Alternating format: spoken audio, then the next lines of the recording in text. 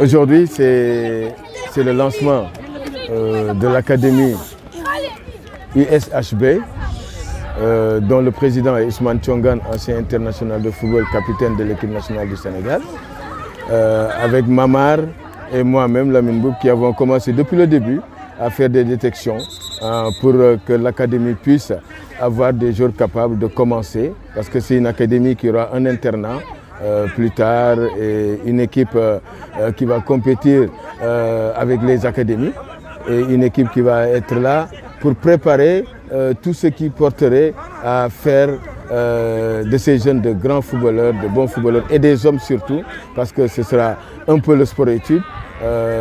On va amener ces jeunes à pouvoir avoir une chance d'être footballeur ou bien une chance de réussir dans la vie, de faire des études et de hautes études. Parce que quand un footballeur jeune arrive à 17-18 ans, on doit savoir s'il a les qualités pour continuer dans le football ou sinon dire à ses parents et lui dire d'aller faire autre chose, c'est-à-dire de continuer ou de faire un métier professionnel afin de pouvoir réussir dans la vie. C'est le but de cette académie, c'est de faire de bons footballeurs et de faire des hommes plus tard qui pourront se gérer et gérer leur famille plus tard. Voilà. Vous savez, aujourd'hui, nous sommes tous des anciens internationaux, des anciens footballeurs. Notre credo aujourd'hui, c'est de donner ce que le bon Dieu nous a donné comme expérience, qualité footballistique à nos jeunes et de les pousser à devenir plus tard des footballeurs professionnels, sinon des internationaux pour servir leur pays, sinon réussir dans la vie comme nous aujourd'hui. Parce qu'aujourd'hui, le président de cette académie est un exemple de reconversion, parce que Ousmane Thiongane, qui a été capitaine de l'équipe nationale du Sénégal, capitaine du port, et aujourd'hui qui a une banque qui est en train de servir dans le social, de financer des femmes et des jeunes pour réussir dans la vie. Je pense qu'il n'y a pas mieux que cette reconversion. Et avec un Lamine Boub aussi qui est là, un Victor Diagne, qui ont fini par être des entraîneurs, qui ont fini par être des consultants. Je pense qu'eux aussi, ils ont réussi dans une autre direction, être entraîneurs. Donc je pense que nous sommes des modèles de reconversion et des modèles de professionnalisme et des modèles de réussite dans le sport et dans les études. Donc je pense que nous sommes bien en mesure de pouvoir donner cela à nos enfants qui pourront plus tard les donner à leurs enfants. Prochaine étape, c'est l'ouverture du centre de formation, exactement. De montrer peut-être plus tard l'académie où elle se situe, plus tard de montrer aussi le lieu où les gosses vont être logés, de montrer aussi les partenariats qu'on aura eu avec les écoles où les gosses vont aller faire leurs études pour que cette académie soit vraiment une académie de sport-études. Écoutez, ça, vous savez, Hann Bel-Air Sport est dans tous les sports. Oui, ils sont dans la lutte, ils sont dans la natation, ils sont dans la pétanque. D'ailleurs, demain, il y a une randonnée pédestre qui est organisée par Hann Bel-Air Sport. Et je pense qu'en tout, Hann, c'est que Hann Bel-Air Sport s'est levé pour soutenir le sport au niveau de Hann Bel-Air, au niveau de Hann et de Yarakh. Les objectifs futurs, c'est de faire de grands footballeurs, de grands athlètes et de grands hommes. Parce qu'il n'y a pas que le sport.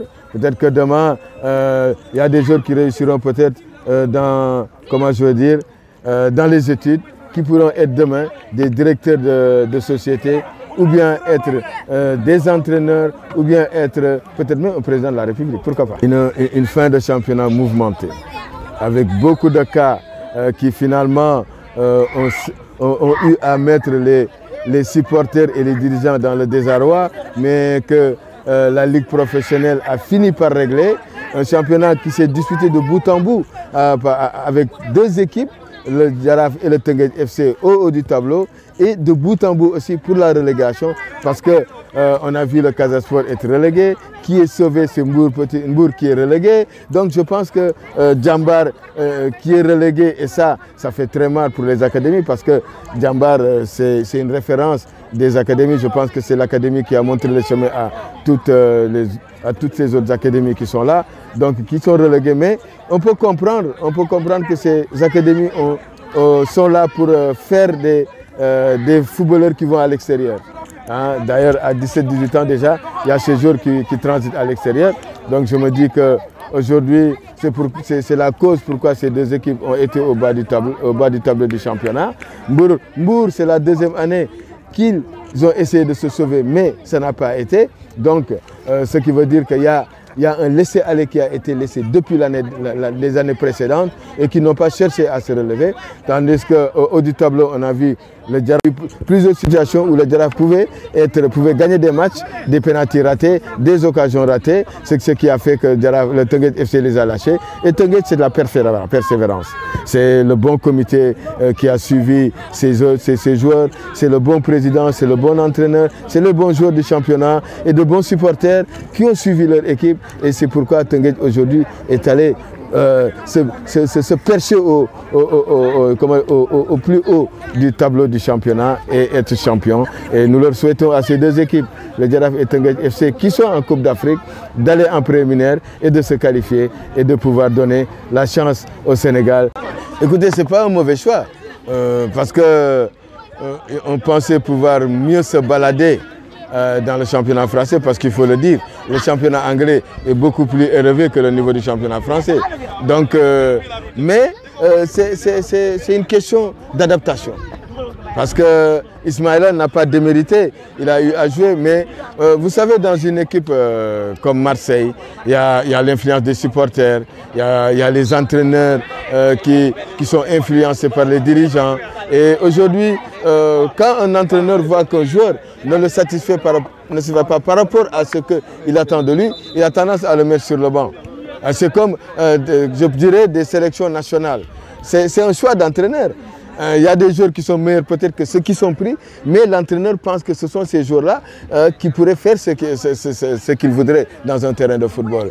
Donc je pense que quand on est dans une équipe comme Marseille, Marseille c'est toujours marquer des buts, c'est toujours être à 100%, les supporters ne te donnent rien, les dirigeants ne te donnent rien parce qu'ils sont harcelés par les supporters. C'est-à-dire la canebière, c'est difficile pour un joueur d'y être.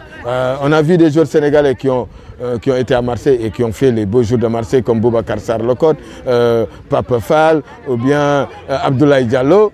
Ces joueurs-là, disons que les Sénégalais ont toujours satisfait Marseille. Ismaïla n'a pas démérité, mais c'est peut-être un choix d'entraîneur et un choix de dirigeants qui pensent que Ismaïla n'a pas satisfait. Et ils ont peut-être demandé à Ismaïla de partir. Et Ismaïla aussi, je pense qu'il ferait mieux d'aller en Angleterre, là où il y a un football qui va pouvoir l'aider, parce que le genre d'espace qu'il a besoin, c'est en Angleterre qu'il a. Et je pense que c'est comme quand on a de très bons joueurs, de très bons milieux de terrain capables de vous mettre le ballon devant. Là, vous avez la facilité. Ismaïla, c'est ce genre de joueur qui, quand il a de très bons milieux de terrain, il carbure parce qu'il va très vite devant. Et ces joueurs lui distribuent des ballons. C'est comme Alan. Alan, c'est un joueur, s'il n'a pas de très bons joueurs, il ne marque pas de but.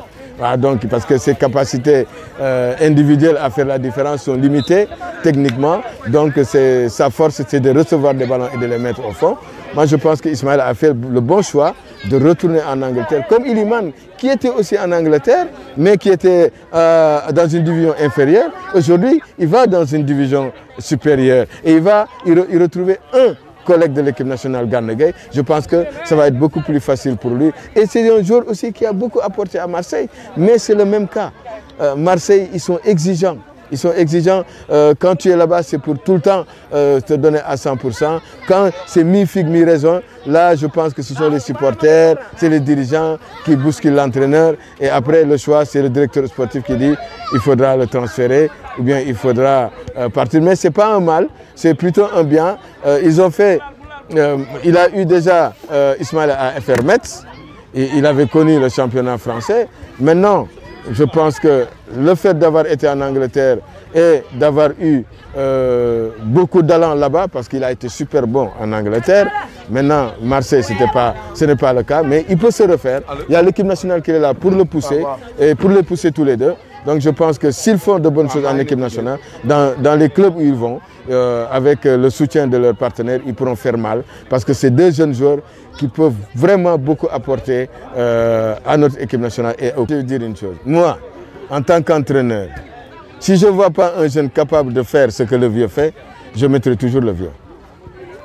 Est-ce que vous comprenez? Moi, Sadio Mané, je pense que je n'ai pas encore vu un joueur ici au Sénégal, dans l'équipe nationale du Sénégal, qui serait capable de le remplacer avec son apport. Si on regarde bien, le meilleur passeur de l'équipe nationale, c'est Sadio Mané. Le meilleur buteur de l'équipe nationale, c'est Sadio Mané.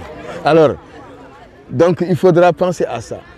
Ok? Gana Gueye, le meilleur récupérateur de l'équipe nationale, c'est lui. Le meilleur sorteur de balle, c'est lui. Il n'y a pas encore un joueur qui est arrivé à ce niveau. Et jusqu'à présent, on l'a vu contre la Mauritanie, il a été meilleur que tout le monde. Donc je ne vois pas pourquoi ces supporters qui disent qu'il faut arrêter, c'est parce qu'ils ne sont pas dans le terrain. C'est parce qu'ils ne sont pas entraîneurs. Vous comprenez? Moi, je pense qu'ils sont en train de faire ce qu'il faut. Et l'entraîneur, comme je le dis, Aliou Cissé, c'est ce qu'il fait. Et ce ne sont pas ces supporters qui vont le faire changer d'avis.